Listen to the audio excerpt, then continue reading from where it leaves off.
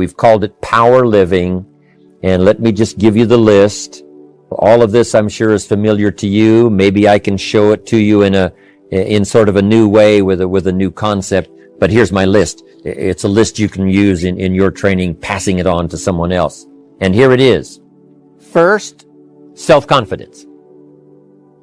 Where does self-confidence come from? And this is the best advice I can give you on that. Not neglecting, first of all, the small daily disciplines. Self-confidence really comes from feeling good about yourself. And one of the best ways to feel good about yourself is at the end of the day to know that you poured it on. You did your best. If you conducted a meeting, you did the best you could. If you made a phone call, it was the best phone call you could possibly make. If you wrote a letter, it wasn't a casual letter, it was your best letter. At the end of those kind of days, when you feel good about yourself, self-confidence starts to rise. You know that if you can have this kind of a good day, you can have another one the next day, and those days become the weeks become the months, and the month becomes a powerful year. Self-confidence comes from the lack of neglect. If you will not neglect to do the small daily disciplines, that's where self-confidence comes from. Part of good health is self-confidence. I know I'm going to be healthy. I take the Herbalife products. I eat the apple a day. I walk around the block. I do the jogging on the beach. At the end of the day, when you've really poured it on and you've done all the stuff, self-confidence grows. That self-confidence affects your health. It affects your future. It affects your psyche. So this is true. One of the great powers is self-confidence. Self-confidence means willingness to do whatever it takes to achieve. Some people say, well, I'll do it for a little while and see what happens. You know, I'll try a couple of things. If that doesn't work, I'm out of here. And all of us know that kind of person doesn't have much of a future. But if you're willing to do whatever it takes, if I have to learn a couple of things, I will learn those things. If I got to learn 5 or 6 things, I'll learn all 6. If I have to take an extra class, I'll take an extra class. If I've got to read the books, I'll read the books. If I have to consult with people who know more than I know, I will do the necessary consulting. Whatever it takes, I will do. That starts to develop unbelievable self-confidence. Self-confidence also comes from the ability to rise above your circumstances. Here's the next one, learning the power of purpose. A person who has purpose in their life, they have something to go for, some meaning. One writer described it, for some people it becomes a magnificent obsession. And for you and I, maybe it doesn't need to be that dramatic as a magnificent obsession. But it has to be something that does something to us, something that pulls us, especially into the future. You know, there are many influences on us. One is the influence of the past. Some people are always pulled back by the past. Some people are always pulled aside by the distractions. But here's what's powerful. If you have a list of high purpose in your life, it pulls you toward the future. And the more powerful the purpose is, the stronger it pulls. And here's the other great advantage if you have purpose for the future. It pulls you through all kinds of challenges and all kinds of difficulties. If you don't have these strong purposes for the future, it's easy to get swallowed by a bad day. It's easy to be almost annihilated by a poor month. And it's easy sometimes to almost disappear beneath the waves of a year that goes backwards if you don't have something to pull you beyond that year.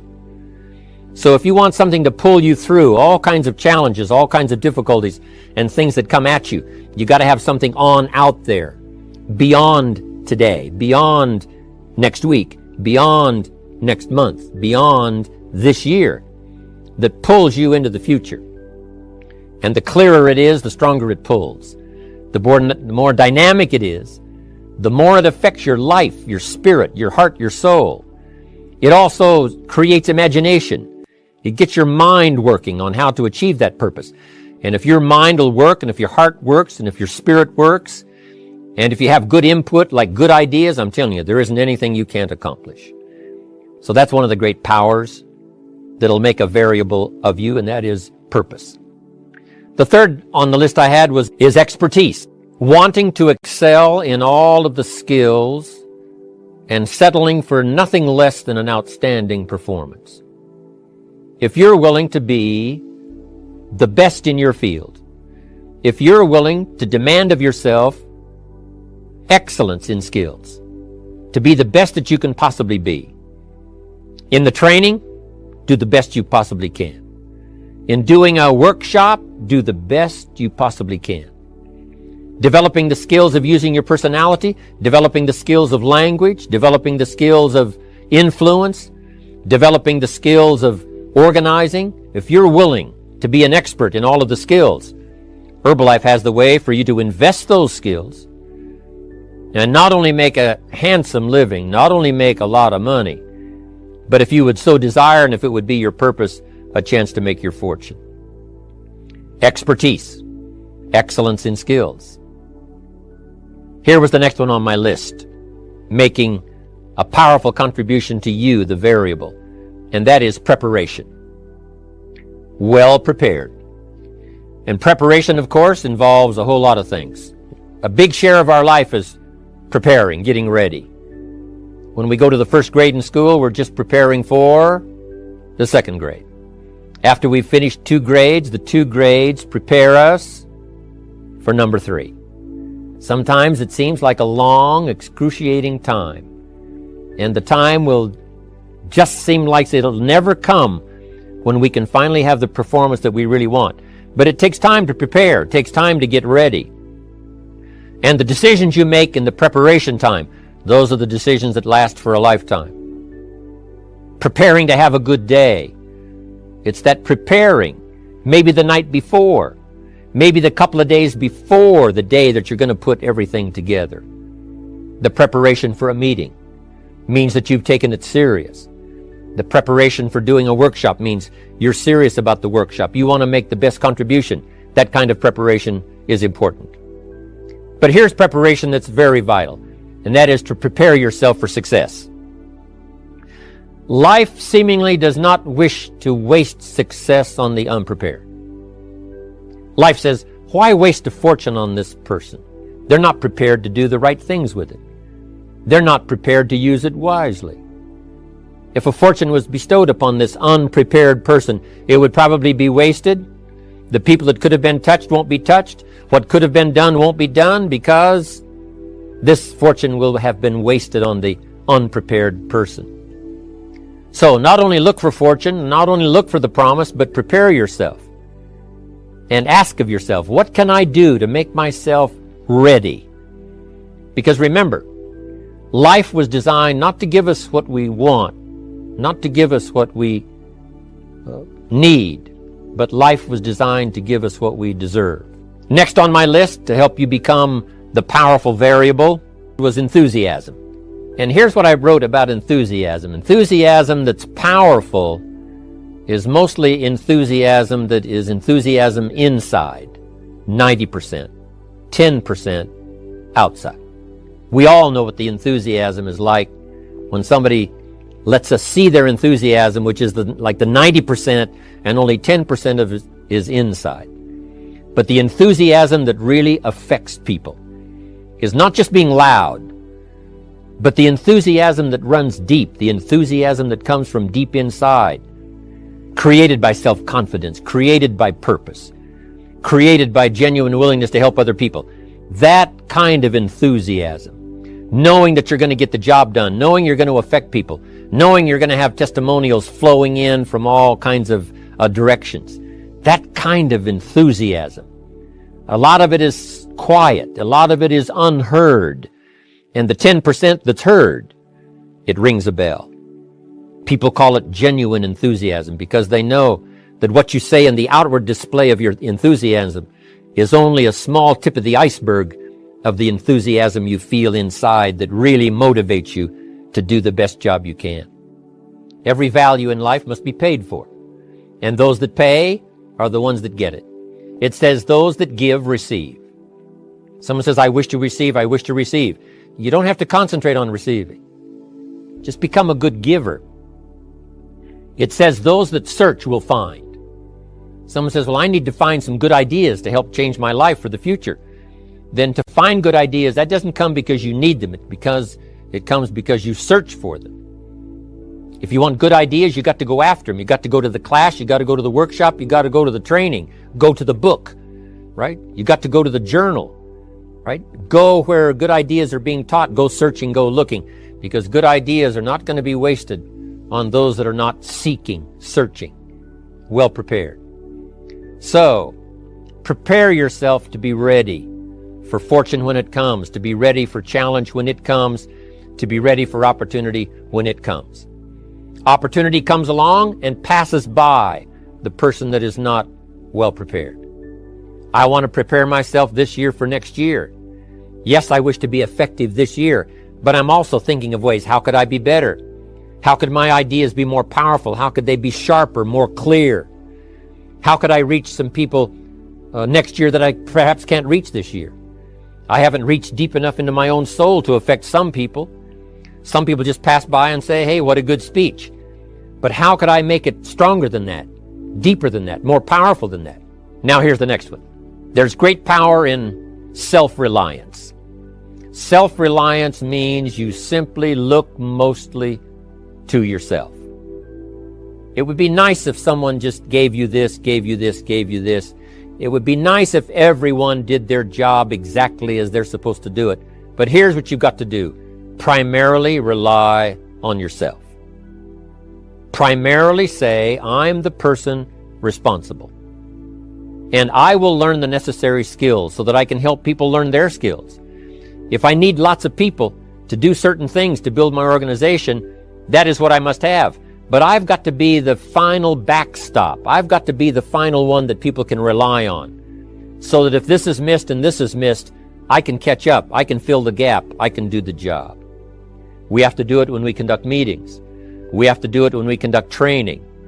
We have to do it when we're in a class of just a few. What someone might have missed, we're there to fill in. Self-reliance. Primarily, we're learning to count on yourself. So that you can do this, never complain and never explain. Here's the next key power, and that's image.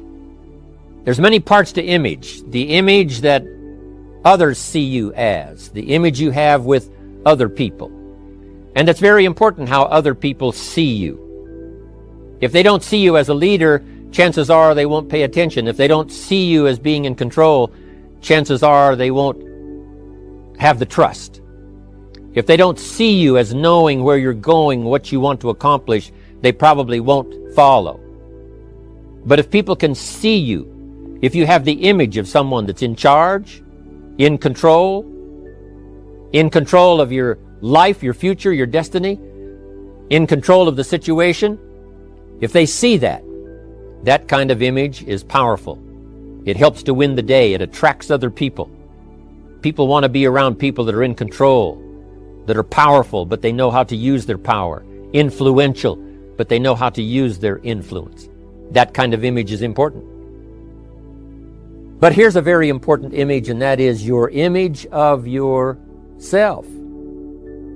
The way you dress, the way you talk, the way you think, your capacity for learning, all of that is an important image that you have of yourself. The image that you have that if it needs to be learned, you could learn it. If there's a book that needs to be mastered, you could master it. If there's a skill that needs to be learned, why couldn't you get busy now and learn that skill? That kind of self-image, that I am continually trying my best to be the best I can. Because one of the most important places you have to look is into the future, yes. You got to look into the past, yes. You've got to look around, yes. But one of the most important places you have to look is in the mirror. You know, how I appear to other people, that's important. But how I appear to myself is the ultimate importance. That kind of image, to where you'll develop the self-confidence, you'll develop the self-reliance. Now here's another one in my rather short list.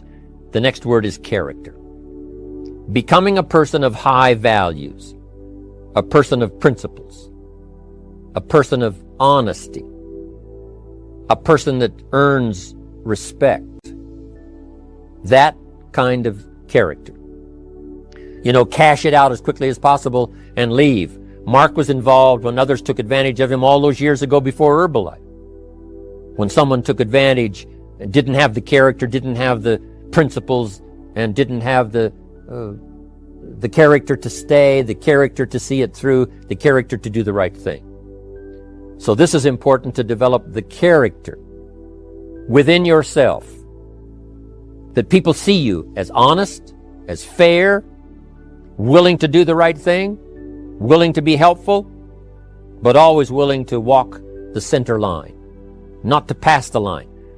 When we come to an opportunity like Herbalife, especially multi-level network marketing, it is so dynamic, it is so powerful, and it is so possible in fortune making that sometimes people want to speed up the process by cutting the corners, by neglecting to do the right things, to cheat a little here, cross the line just a little bit, because then, it'll grow faster and you can cash in quicker. Not necessary here. Doing Herbalife right will build your fortune longer and stronger than trying to cut the corners and not doing it right. If we'll have the integrity that Mark had when he started it, and keep perpetuating that we will do the right thing by the marketing system, the right thing by a distributor who has a customer and they take care of that customer belongs to that distributor. That kind of integrity in the marketing system, the kind of integrity we have among each other, the kind of character we have to rely on each other, because here's what we cannot do. We cannot do this by ourselves. Now here's another one. It's called self-discipline. Self-discipline, all of us have a challenge with that. Because sometimes it's easy, and especially if you're working hard, doing the best you can, it's easy sometimes to let up and let it go. But remember, so many people, especially now that we're as big as we are around the world, are counting on what we do. At home office, they have to be careful. They have to be disciplined. It's easy for the person who ships the product from Herbalife, says, oh, well, I'll wait until tomorrow to ship it. And then they go home and sleep like a baby.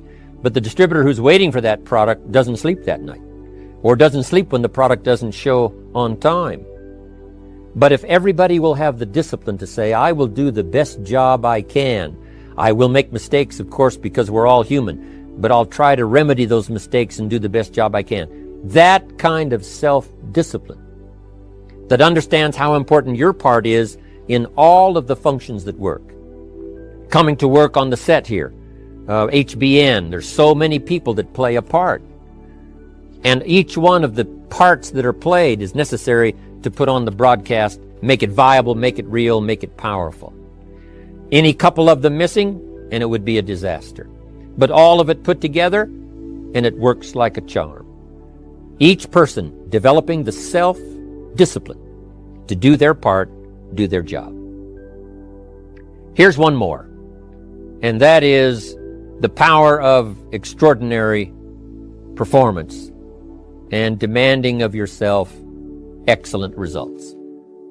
If we would ask of ourselves that kind of performance, and you've got to ask it of yourself. I can't ask it of you. I would try to inspire you.